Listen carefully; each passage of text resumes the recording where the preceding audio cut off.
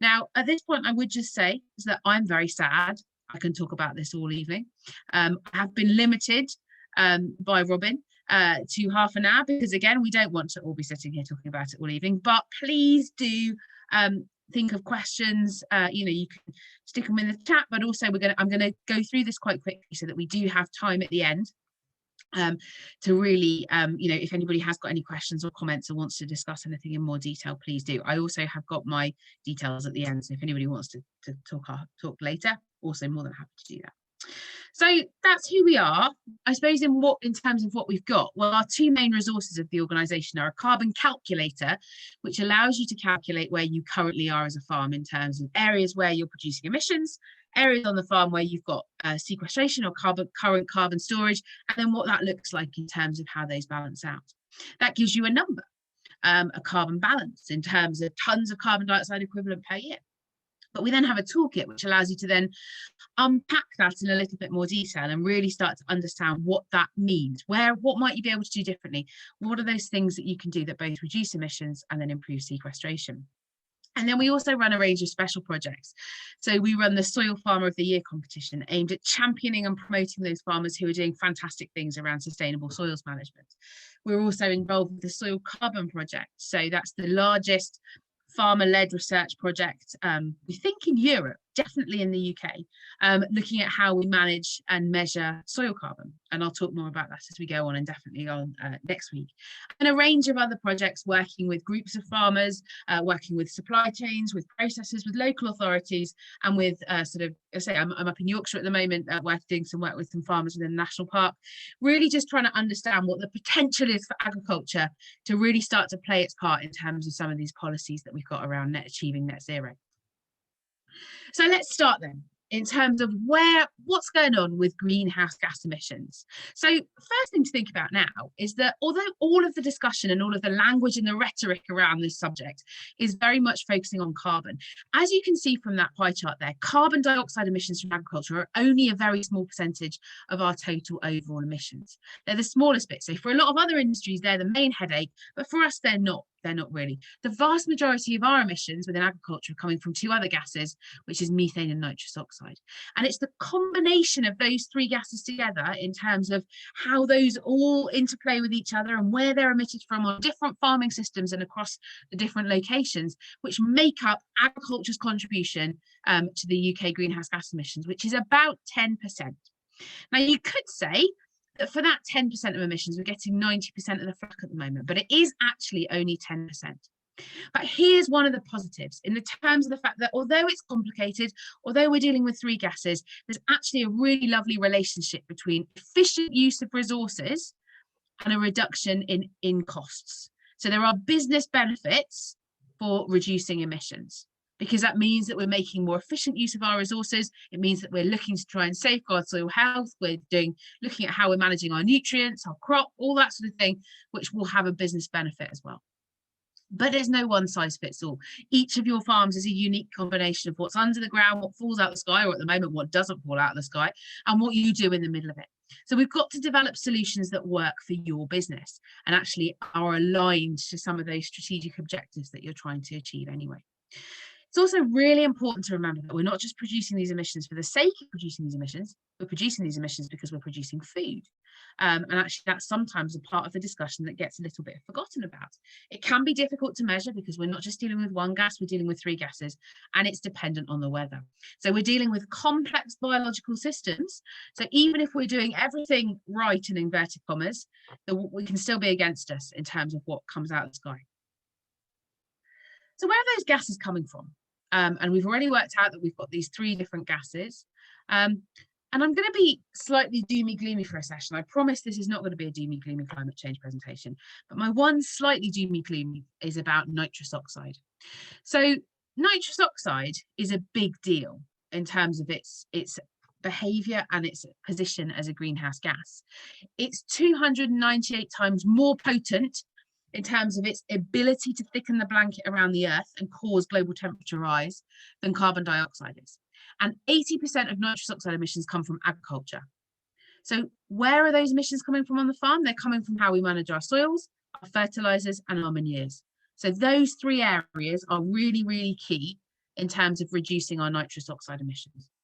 We've then got emissions associated with our livestock in terms of methane, our much maligned ruminant animals, which seem to have been in the press a lot recently. 98% of the methane that comes from a cow or a sheep comes out the front end, not the back end, as is quite often believed by the media. And that methane that's expelled is actually a loss of potential energy that could be used to grow more meat or milk. So there's lots of opportunities there. What's also not thought about quite often is that it's not just our cattle and sheep farmers that are producing that methane. Our monogastric farms, so our pig and poultry farms, depending on how they manage their manures and slurries, those are also a source of methane. So it's not just the animals, it's also how we manage the manure. And then we've got carbon dioxide emissions, which is obviously the emission that everybody else, all the other industries are having to deal with. So for us on farm, what does that mean? Well, that's how the burning of fossil fuels in terms of farm diesel, electricity, the opportunity to produce an offset or to produce a renewable energy, if that's an option for us on the farm, the cultivation of our soils in terms of turning those soils over and exposing them to the atmosphere. Suddenly that flush of oxygen within our soil stimulates all the soil bugs, which starts them respiring madly, and obviously a byproduct of that is carbon dioxide.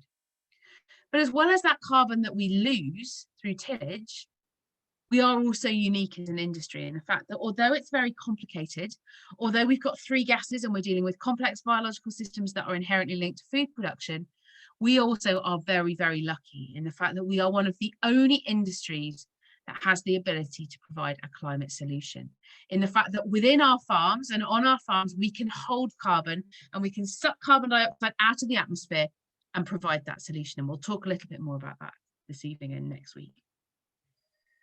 So why are we focusing on, or why is agriculture being focused on? And you can sort of see that by this graph. And I promise you there's not hundreds of graphs in this presentation, in the fact that you can see that agriculture is this green line here.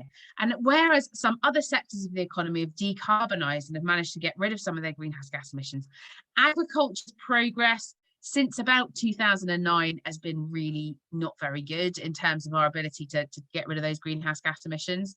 And as I said, we're contributing about 10% of UK's greenhouse gas emissions. If we look more globally, it's about 14.5%. So why should we bother managing it then?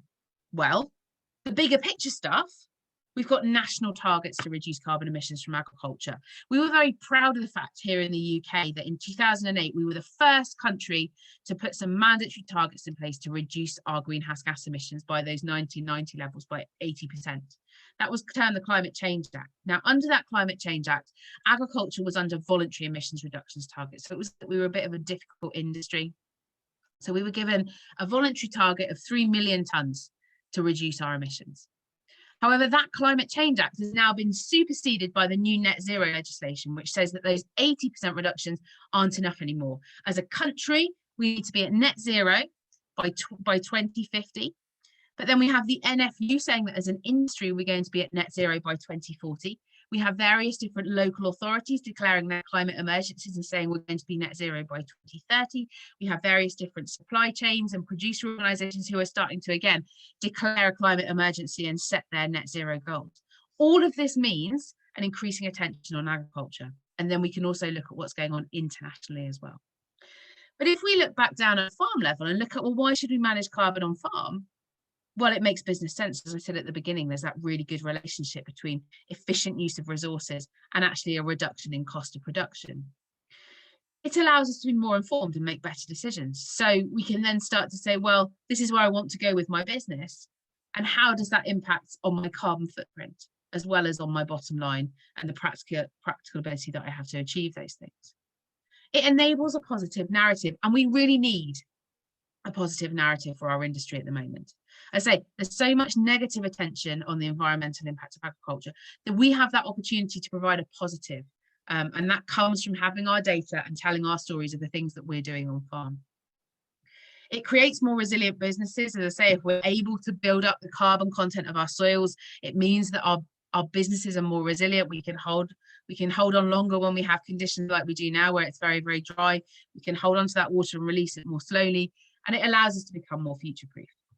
And that whole process of managing carbon on farms starts by being able to measure it, because until you can measure it and put a starting point in terms of where you are, it's very difficult to be able to try and sort of inform where you're going to go.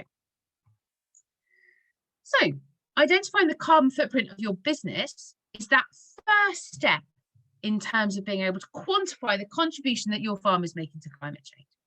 And put very, very simply, all a carbon footprint does is it identifies the amount and the source of those 3 different gases, so carbon dioxide, methane and nitrous oxide, that are emitted from the farm, and then highlights areas where you might be able to make improvements or changes to reduce your emissions. It highlights where you're currently storing carbon on the farm and allows you to look at where you might be able to have any offsetting options in terms of any recycling of waste or generating of renewable energy, and then allows you to evaluate future projects. It allows you to become more aware. As I say, it's that sort of stake in the ground in terms of this is where we are now, and make more informed decisions. But those metrics that you use need to be relevant, so they need to make sense to your business. They need to be practical, so they need to be asking you questions that actually you can see the direct impact of the results. They need to be consistent. So again, that's something that we've had a bit of an issue with in carbon footprinting in terms of different tools giving you different results. And they need to be that first step in terms of informing behavioural change. So the process of doing a carbon footprint shouldn't be so hideous that you have to go and lie down in a darkened room for 3 weeks to get over it. It should be that first step and then be able to say, so what's this information telling me and what can I do with it? So we have a carbon calculator, as I said at the beginning. It sort of follows the same ethos as the organisation in terms of being developed by farmers for farmers. It's completely free to use. It doesn't sit behind a paywall and it never will do. It accounts for soil carbon sequestration. And the way that it currently accounts for soil carbon sequestration is that you have to have 2 time points where you've done some soil organic matter analysis, and it looks at the difference between the two. You don't have to test your soils every year. If you're doing them on a sort of rotational basis, that's absolutely fine. But we totally accept the fact that for a lot of farmers, they might not have that information. So over the last few years, we've been running the soil carbon project to really start to put some evidence behind what's happening out on farm. And so in the not too distant future, you'll be able to, if you haven't got any soil analysis results, you can actually say, well, I'm on this soil type and these are the sort of practices that I'm doing, and it will give you an idea as to whether that's maintaining, increasing or depleting your soil carbon levels. It allows you to monitor your footprint annually. So ideally you do this on a yearly basis because then you can start to look at the difference. It provides your footprint as a carbon dioxide equivalent. So that carbon dioxide equivalent basically takes those emissions that are coming from nitrous oxide and methane and translates them into what they would be if it was carbon dioxide, because that's the sort of common reporting language. But within that, you can see the different greenhouse gas emissions. It includes the new methane methodology. So the thinking currently that is that methane isn't the same in terms of the way it behaves, the way the gas behaves in terms of its ability to cause global temperature rise as nitrous oxide and carbon dioxide. And we can talk more about that if you would like. I would say we launched a new version at the beginning of last year, which was very much focusing on improving that user interface and that data entry bit for farmers. So how do you do it? Well, you log in and you register. That information doesn't go anywhere. It doesn't go to DEFRA or the Environment Agency or the Real Payments Agency. That's just for you to be able to collate all of your reports in one place. Collate your data first. And I will hold my hands up at this point. That's the bit which can be a bit of a pain in the backside. You have got to collect the information on what you're doing on farm to be able to enter it into the calculator. You need to collect that information for a 12-month period. So it can be a cropping year, it can be a financial year, it can be a calendar year, whatever works best for your business. And you have to then collect information against a range of categories that you can see there on that screen. So fuels, diesel use, electricity, materials, what you use on the farm in that period, inventory, so that's the embedded carbon within the capital items on the farm, so buildings, machinery, crops, so any crops you're growing on the farm and how the sort of annual yields. Input, so that's fertilizers and ag chem, livestock, numbers of livestock and how you're managing them and what you're feeding them, waste, and then sequestration, which is the positive side. And basically you then create a report and you enter in all of your data, and then you get to the bit where you can see the results. As you enter your data and as you go through those different categories, you can see sort of instant live results about what your footprint's doing. So that donut in the middle there is showing you the breakdown from the fuel category. And as you populate the different categories, you get more information that starts to pop up on that thing on the right there. But you do that, you go through all the different tabs, you enter all of your information, and then it's the exciting bit, which is the reveal. And then you see your carbon balance. And put very, very simply, your carbon balance is your emissions take away your sequestration, and that gives you your carbon balance. Now, unlike your bank account here, a negative number is a good thing, because what that means on this example is that this farm is carbon positive. So this farm is sequestering or storing more carbon than it's emitting. And that's absolutely fantastic. Yes, Caroline, we will definitely equivalent on the methane thing. That's not a problem at all. That's absolutely brilliant. And at that point, only through going through that process of being able to actually do your carbon footprint, can you actually get to the point where you can see where you are and assess your proximity to net zero. And then you can start to say, well, is this as a result of what I do every year? So it's just sort of common, business management, or have I done something special in this year, which has taken account of that big sequestration? And if this is a result of what you do every year, then how are you going to get financially rewarded for that? And how is that going to fit into future payments?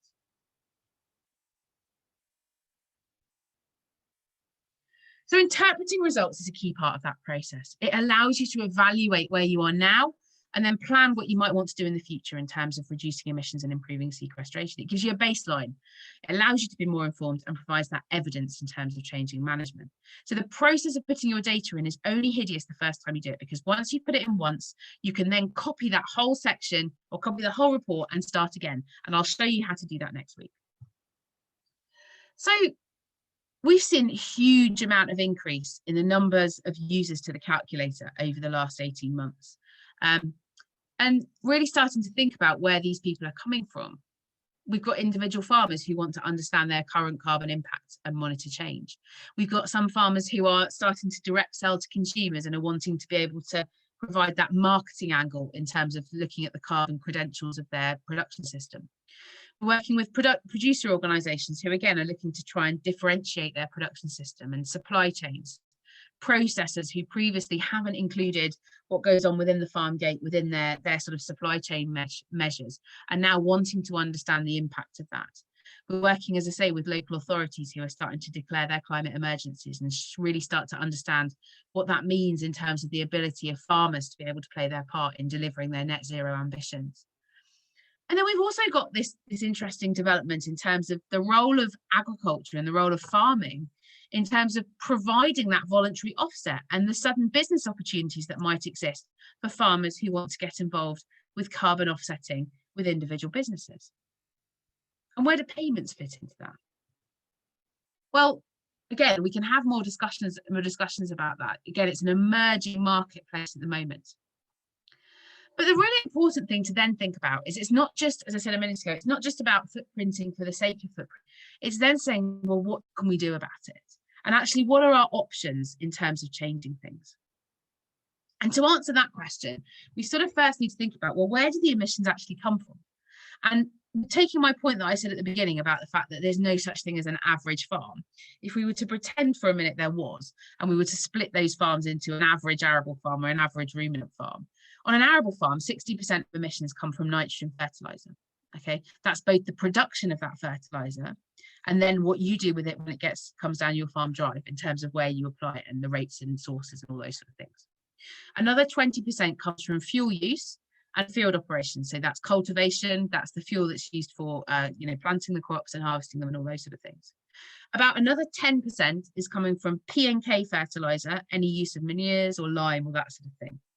About just under 10% is then coming from the emissions of getting the seed to the crop, to the field for you to plant it. And a very, very small percentage is coming from ag chem. If we go on to a ruminant farm, half of the emissions are coming from the animals themselves in terms of that enteric fermentation, so that process by which those animals are taking things that we can't eat and turning them into something that we can. About 20% is then coming from how we manage, store and apply their manures. 10% from bag fertilizer applications, about 10% from imported feed in terms of what's coming onto the farm to feed them, and then about 10% from power and fuel. So if we look at some broad categories in terms of things that we can do to change those and we can reduce emissions, looking very much at for livestock farmers being able to optimize livestock performance, for everybody looking at how we're managing our soils, our fertilizers and our manures, looking at energy and fuel use, looking at developing renewable energy if that's an option, and then focusing on the opportunities that we have to store more carbon on the farm. So in terms of optimizing livestock performance, Really, really important to say that actually, as I say, what we're trying to do is create an efficient system as possible, because that methane that's being lost out of the front end of that animal is actually a loss of potential energy that can be used to grow more meat or milk. So there's lots of things that we can do at the farm level in terms of looking at trying to maintain our, healthy animals. So keeping on top of things like endemic diseases, making sure that we're focusing on things like lameness, on reproductive management, on making sure that our fertility, when our cows, cows or sheep, or when the tup's going in, or when we're heat detecting, all that sort of thing is really, really on it in terms of making sure that system is as efficient as possible. Looking at what the animals are being fed and making sure that we've balanced that ration for them to make sure that we've got optimum rumen function, but also that we've got good feed conversion efficiency. Looking at how we can make the most of our homegrown forages, looking at what we can do in terms of manure management, as well as looking at some of those things that research are currently focusing on, which is things like looking at some of the additives that are potentially going to become more on the market to reduce the amount of methane that's being lost, and also looking at the genetic opportunities. So there's been some really exciting work looking on the fact that methane is actually a heritable trait, able to find in cattle, and they're just doing the research in sheep at the moment, is the fact that those animals that are producing less methane also inherently have a higher daily live weight gain, or on a dairy animal are also producing more litres of milk. So actually it's something that we may well see on our EBVs in the future in terms of looking at methane production. But again, all of those things are actually really good opportunities to help save money and also reduce greenhouse gas emissions.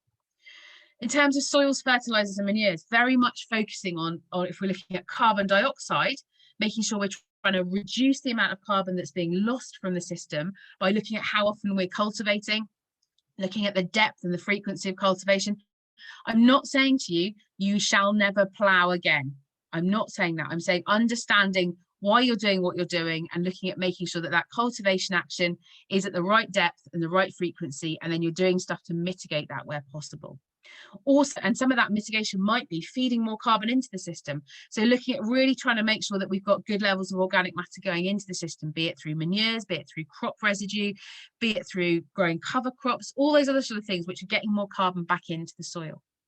Really important, maintaining a good soil structure. It's really important, especially when we look at those emissions from nitrous oxide. So actually making sure that we've got good amounts of air and water within our soils, because if our soils are wet and compacted, then they're much more likely to emit nitrous oxide, which is not what we want. Try to make sure that we've got good performance of our crops or grass. So we've got high biomass, high photosynthetic crops that are actually got loads of solar panels which are creating lots of photosynthesis and pulling more carbon into the soil, which is what we want. Looking at using legumes or manures in conjunction with fertilizer, looking at fertilizer management, both in terms of type of fertilizer, rate and source, and then thinking potentially about considering some of these inhibitors or abatement technologies with fertilizers. Energy and fuel use can be the really boring stuff, but actually can make a real difference. Looking at doing a fuel audit, looking at doing an energy audit. Where are you currently using energy and fuel on the farm? Are there things that you can do more effectively?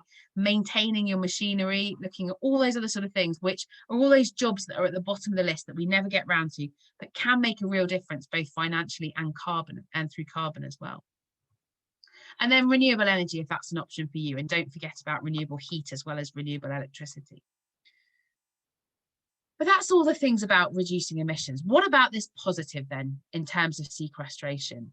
And just to start off with, let's just cover off trees, because you'd be forgiven for thinking that trees were the only option that we have on farm, the only option we have anywhere in terms of our providing that climate solution. Now, why is everybody focused on trees? Well, they're focused on trees for two main reasons. The first main reason is that there's been a lot of research done on how much carbon a tree holds, and we can divide that in terms of the type of tree, the species.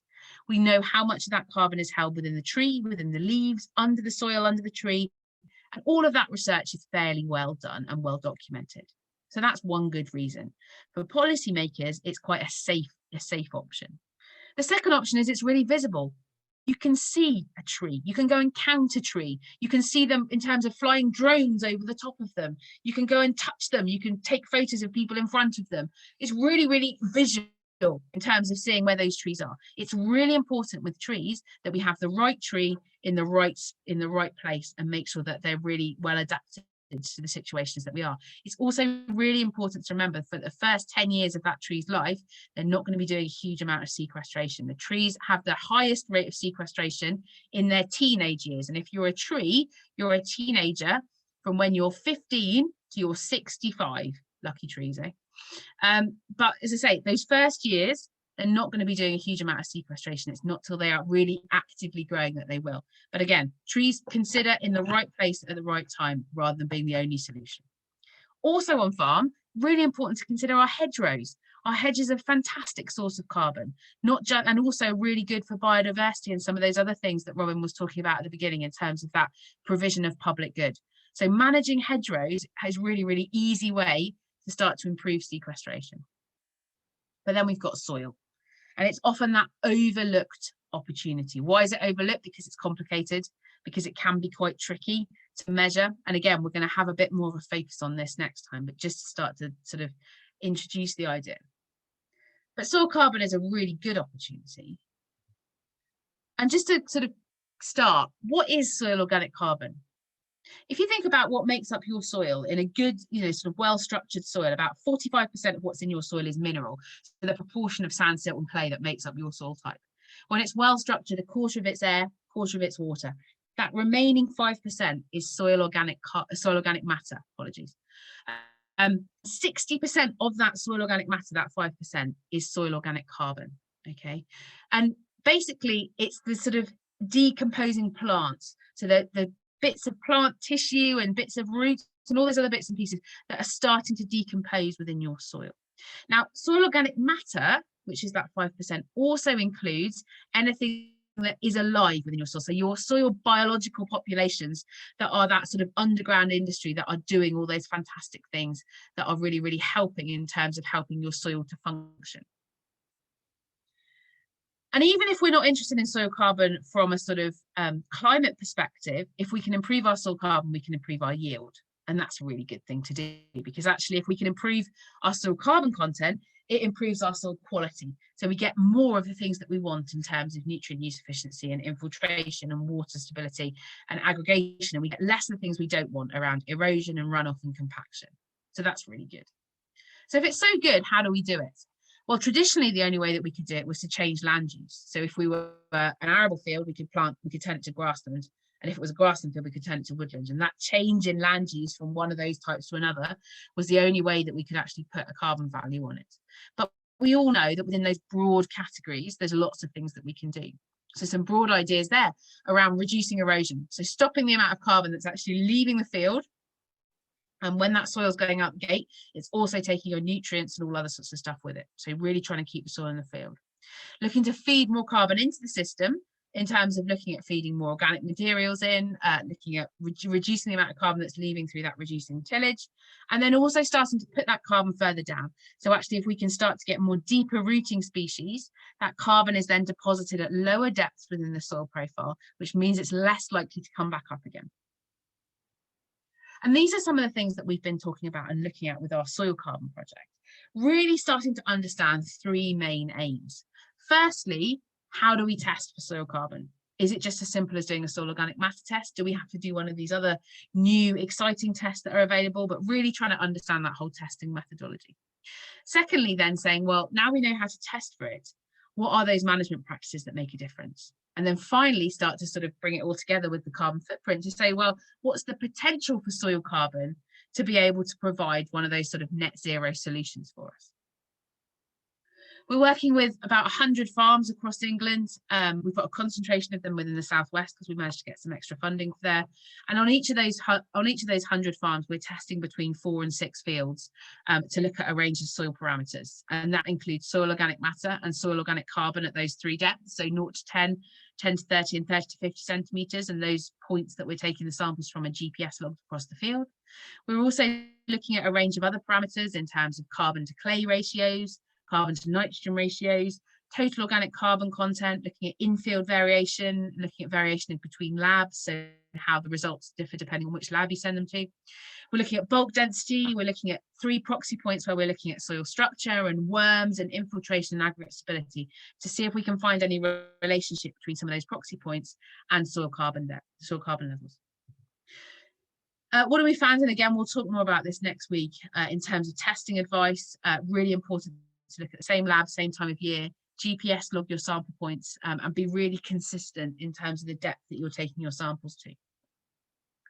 The other really important thing that we found is that there's a really good link between aggregate stability and soil organic carbon. And again, aggregate stability is a test that you can all do. You don't need any expensive bits of equipment. You can literally do it at home, grab a handful of soil, leave it on a sunny windowsill to dry for a couple of days, and submerge it in water and watch what happens to it. And as I say, if you're interested, I can show you a demonstration of that next week as to how it works. But it's a really good test, a really good sort of starting point to look at how your soil behaves and how sticky it is and how much your soil particles stick together, because that glue that's holding your soil particles together is a part of carbon, which is what we want. So what have we found within the project? Well, it's not quite finished yet, but the positives that we found are that we can measure soil carbon. So that's great. Everyone who said it was too difficult, it is difficult, it can be complicated, but we can do it. So that's good. Secondly, we can build soil carbon. So that's even better. But actually, what's really important is that third point, in terms of it's not just about saying I've got X hectares of grass or I've got X hectares of this, therefore it must be sequestering. How you manage that landscape in terms of how you manage that wheat field or that barley field or that grass field is incredibly important. And it's really important to consider the whole farm footprint and look at some of those practices that both reduce emissions and improve carbon sequestration. Some of the outputs from that project is we're developing a sort of best practice manual to be able to understand how to send samples and how to take them for carbon. We're using some of those sites to be able to look at some of the new tech that's available, like soil scanners and those sort of things, and how accurate those are for soil carbon. Developing a load of case studies and really just trying to develop that evidence base that can be used to help demonstrate impact and build confidence. And then how does that fit in terms of payments? And despite the fact that we've got that really big interest at the moment, there are very few actors that are currently paying farmers for carbon credits. There's about 645 woodland projects that have been guaranteed under the Woodland Carbon Code. We've got a small number of projects through the Peatland Restoration Fund who are also being paid. But there are several schemes that are due to be piloted this year in the UK. We've got one that's being led by a group of farmers called Gentle Farming. We've got Soil Capital, which is a group of agronomists in Europe who are coming over to the UK, and then Indigo Ag, which is a United States-based scheme, and others who are all starting to move into this space.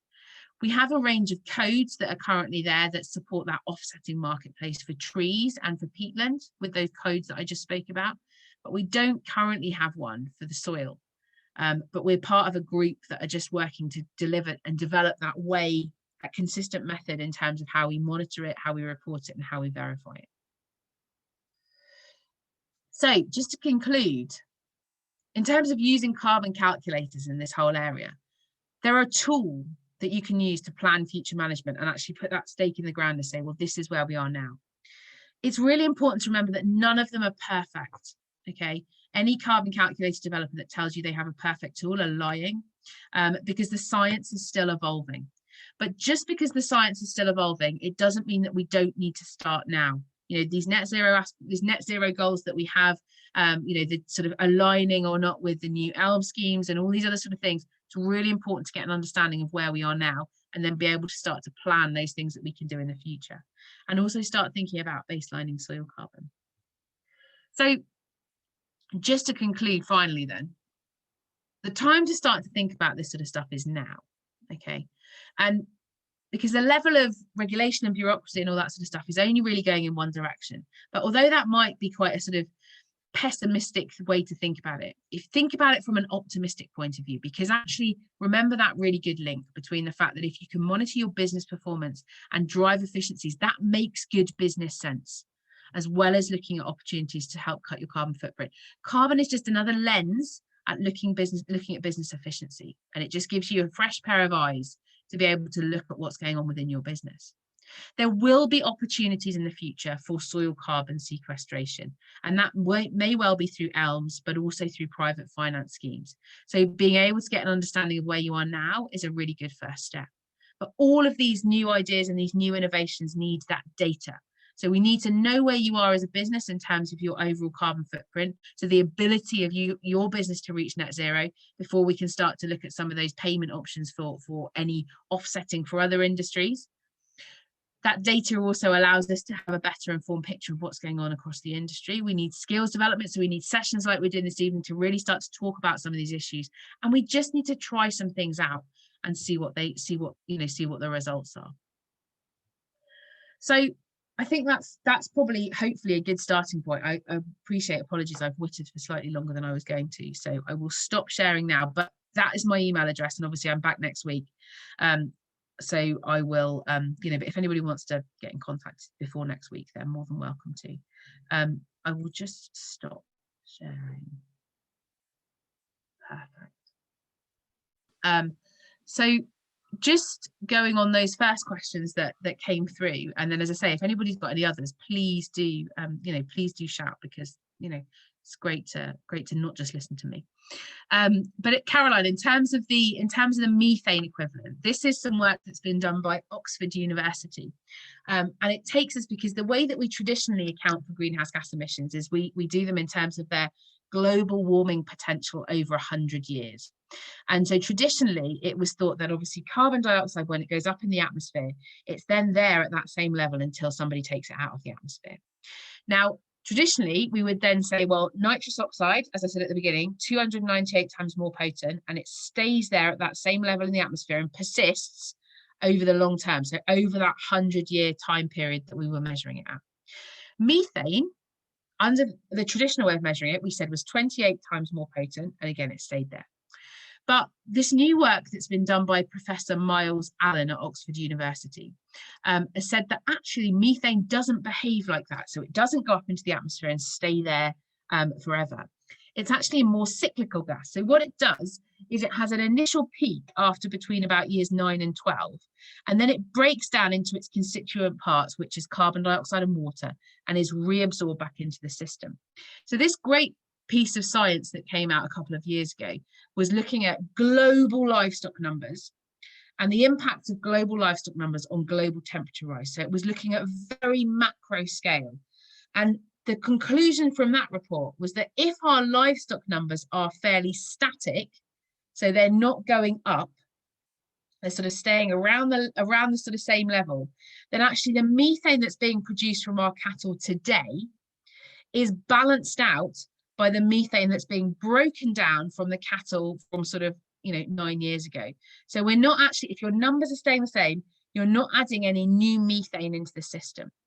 So if you have a herd or a flock that is static in terms of numbers, so it's not growing in size, then actually you're not adding any new methane into the atmosphere. You're just cycling the methane that's being produced from your herd. If you're actually decreasing your herd slightly, then actually you're creating global cooling, because you're actually emitting less methane than you were. So actually you're in a negative position there. The only area where you do get hammered with it is that if your herd size is increasing, because if your herd sizes are increasing, that's new methane that you're emitting, which is then clobbered at a higher rate. And in terms of your second question about is it being accepted by government calculations, well, what's really interesting currently is that the Committee on Climate Change here in the UK like to think that they're very innovative, but actually they get a bit frightened if we have to do anything different and scary. So they've said, they put out in one of their latest position papers that they know that there's this new way of looking at it, and they're looking at it. But New Zealand, who obviously their percentage, I said to you at the beginning, are the percentage of our emissions in the UK that come from agriculture is 10%. If you go over to New Zealand, the percentage of their emissions that come from agriculture is much higher. So it's up at about 45, 50%. And so they're very keen to use this new way of measuring. And so they have got their government to accept a derogation that they can use this method. And so because of that, the sort of precedent has been set that it's something that we could adopt over here in the UK. And what I'll show you next week is actually the impact of that way, because it's dramatic. So the emissions from the animals themselves are actually cut by about 75% if you use that metric. You've obviously still need to take account the emissions from the feed they're being fed, but I'll run you through a couple of practical examples of that next week so that you can see it in action. But the impact could be massive. In terms of, is there any link to productivity for the final figure? Yes. So we break down the carbon footprint in terms of, we have a total carbon footprint, and then we can break it down per hectare or per ton of product or per litre or per kilogram, whatever is the metric that works best for you. So that, again, we're looking at not just those emissions being produced for the sake of it, produced because there's an output. Aggregate test. Again, yes, we can demonstrate that, no problem. And then in terms of feeding and genetics for less methane, I say the genetics thing is very much a sort of work in progress about that selection. In terms of feeding, both the sort of feed additives, there's been a lot of work that's been done on garlic. Garlic is incredibly good at actually reducing methane. The problem we have with garlic is that it follows through into the meat or the milk.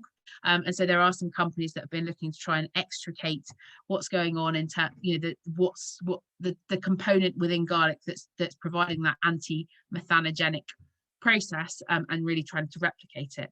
What we can do on a sort of non-researchy basis at the moment is really look to try and match the sort of nutritional characteristics of what's going into the cow or the sheep in terms of the protein levels, and making sure we're matching those so it's not just disappearing straight out the back end, making sure we're matching it to the stage of lactation or matching it to the age, really trying to hone in on our ration planning, looking at how we can make the most of homegrown forages, looking at how we can make the most from grasses, and those sort of things, because obviously we've got the emissions from the animals themselves, but we've also got the embedded emissions associated with diets that are coming onto the farm, and some of those, especially if they've got a high amount of soya in them, will have a high carbon cost associated with them. Another question in terms of, will there be the opportunity to sell carbon credits? That's what I was just alluding to at the end, William. There potentially will be, yes. There are these sort of I suppose pilot projects that are going on currently that are looking at the mechanisms through which that might work. I think that, and some of those are working very much at a local scale. So they're looking at trying to connect up local businesses with local farmers in terms of who might be able to provide that sort of opportunity. In terms of working with the water companies, I know it's something that the water companies are looking at, because it may well be something that can be an add-on to those current sort of I suppose projects or payments that are available for various different mitigation options, so like planting cover crops or those sort of things which are being seen as that nutrient, and what that might mean for farmers is that actually the payments might be slightly more attractive, because you can start to put on the carbon benefits as well as the nutrient benefits. So it's certainly something that's being looked at the moment, and we've done a couple of bits of work with a couple of water companies trying to look at that relationship between not holding on to nitrogen, and also whether that helps in terms of organic carbon. And there's a really nice relationship and a correlation between the fact that measures that are good for that sort of reducing nitrate leaching also are quite good for carbon retention as well. So there's certainly something that, in terms of understanding that in a little bit more detail. Question from Claire around, how does grass compare to trees in terms of carbon capture? That's a great question. So if we were to take, for example, a hectare of broadleaf woodland, and just to put a general figure on it, although what I said earlier about it depends where in the age cycle of the tree you are in terms of how much carbon, but a sort of average figure, a hectare of broadleaf woodland will sequester or store about 6.5 tons per hectare of carbon. A hectare of grassland, which is managed in a way which can pull in additional carbon of 0.1%. So if you can build your soil organic matter percentage by 0.1% over that hectare will sequester an additional 9 tons. So it will outperform woodland.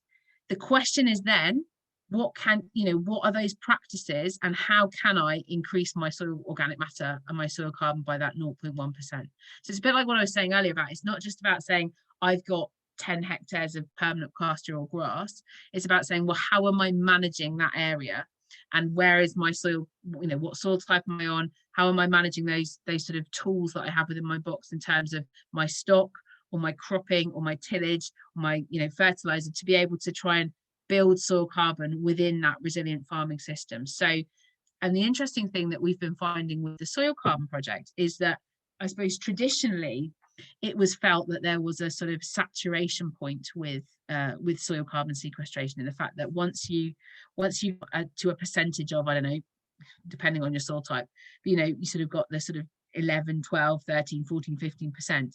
Actually, you were maxed out. That soil wasn't going to hold anymore. One of the things that we've been finding is that because we're looking at different depths down the soil profile, we're starting to see that potentially, I suppose on your and chalky soils will be an interesting one. Because you're just focusing quite often on what's going on in the very top soil, you might say that actually that has, that's maxed out at 15% carbon. But actually what we're starting to do is we're starting to increase the amount of carbon that's held further down the soil profile, as that carbon is sort of turned to more slow release carbon. And so that's one of the reasons why we look at bulk density, because then we can not just give you a percentage, but we can also look in terms of tons of carbon. So you can have two soils that have exactly the same soil organic matter content. So this could be 5% and this could be 5%. But this soil is holding 20 tons of carbon and this soil is holding 200 tons of carbon, because it's got much more concentrated carbon. So it depends on the depth and all those sort of things, and it depends on how you're managing it. So one of the things that we found within this project is that actually permanent pasture, so pasture that's been down for potentially has never been touched, and traditionally has been thought of, well, it's got a good amount of carbon there which we need to protect, rather than it's able to store any more carbon. We're finding that if you can manage that in a different way, so there's been some trials going on at Northwick, Rothamsted Research, looking at the fact that actually if you rotationally graze that, you can actually still manage to pour more carbon into it, which is really exciting. So it's certainly a watch this space, and it's not about saying trees are the best thing. There are opportunities for soil as well, but it's about understanding where you are currently and then what the opportunities might be, or the practices might be to really maximize that.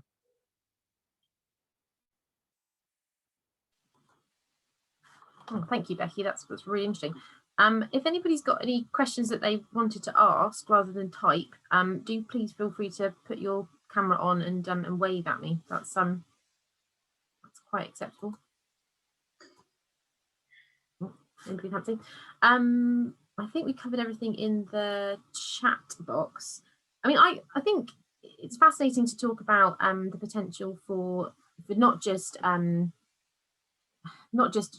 possibility of selling the credits, but also that saving on money, because I think it's inevitable that we are going to have to think more about there not being a one-stop solution for the replacement of that income from BPS into farm businesses. So we're going to have to start to look at where we can not only to save money to bring down costs, but also to potentially look for new income. So that's really interesting. I think I want to sort of understand, you mentioned obviously there are different choices of calculators out there. I mean, do you envisage that DEFRA at some point might choose to say this is particularly one that they've got to work with, or do you think because of the diversity in farms that they're going to have to retain those options? I think it's a really good question. I think there was a point where DEFRA was considering making a calculator of their own. I think thankfully we've come away from that option at the moment, but I think what they are looking at currently is that consistency of methodology, and I think where DEFRA's real role is in this is that sort of providing those standards which all the calculators can confirm to. I mean, it's a bit ridiculous at the moment that you can get different results if you put them in different calculators. So almost you choose the one which I suppose best sells your point, as it were.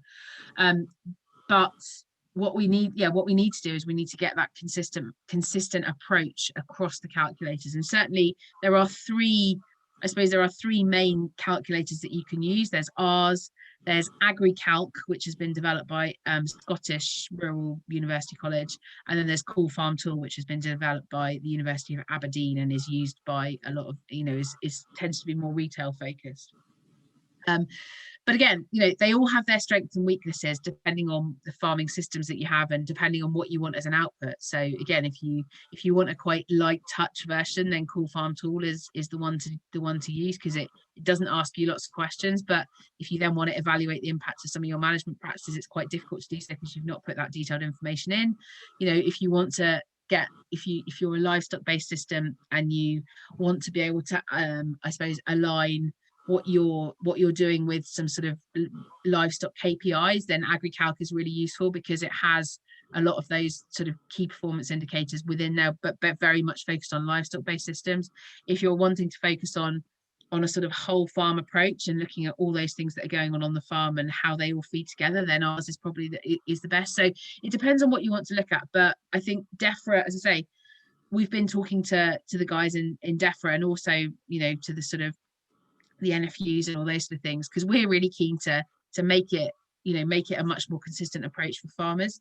And DEFRA are, as they due to come out with you know, with some guidelines on this, in terms of that way that, you know, the sort of set of standards that all calculators will adhere to.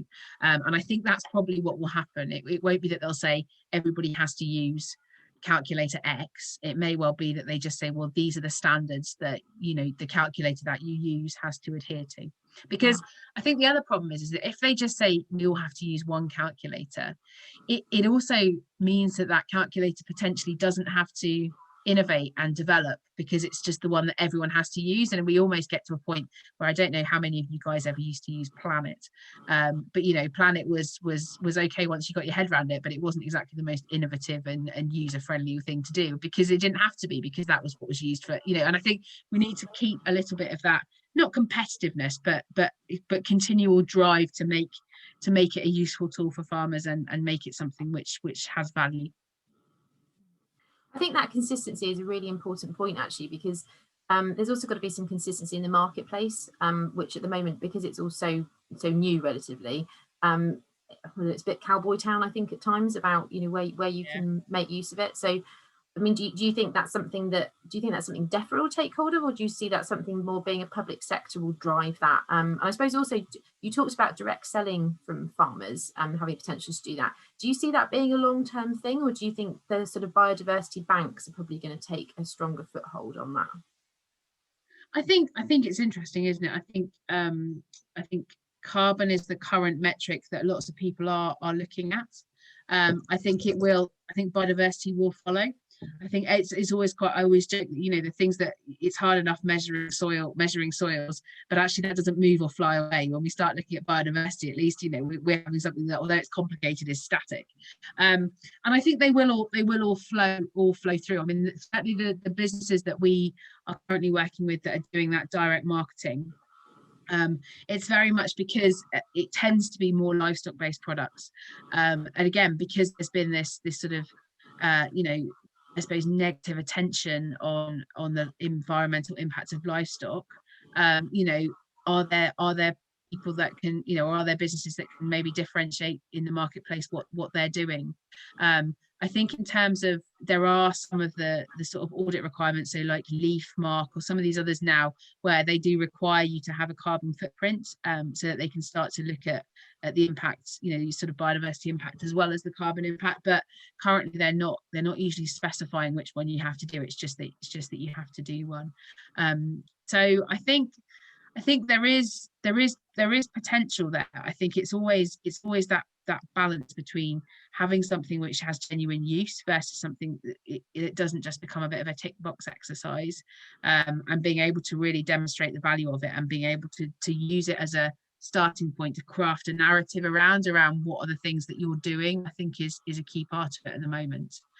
But I think you're right, that consistency is really important. And so I think at the moment what a carbon footprint allows you to do is it allows you to understand where your farm is currently, and as long as you continue to use the same tool, then you will see differences. It's a bit like what we'll be talking about with soil sampling. As long as you continue to use the same analysis method and the same lab, then the differences that you will see between those time periods, you know, are a result of your management. And I think that's the same with carbon footprinting. It's that consistency of approach, and being able to sort of try out different scenarios and look at what the impact would be of doing this practice or changing your cropping or your rotation. Allows you to start. So, you know, you don't have to do all that now, but at least you can get an idea of what the impact, you know, where your main hotspots are currently and what might be some of the things that you can do to change that. And then again, if you can align those with biodiversity objectives and other things like the sort of biodiversity net gain type projects that are starting to come along, then you can just aggregate the benefits, which is great.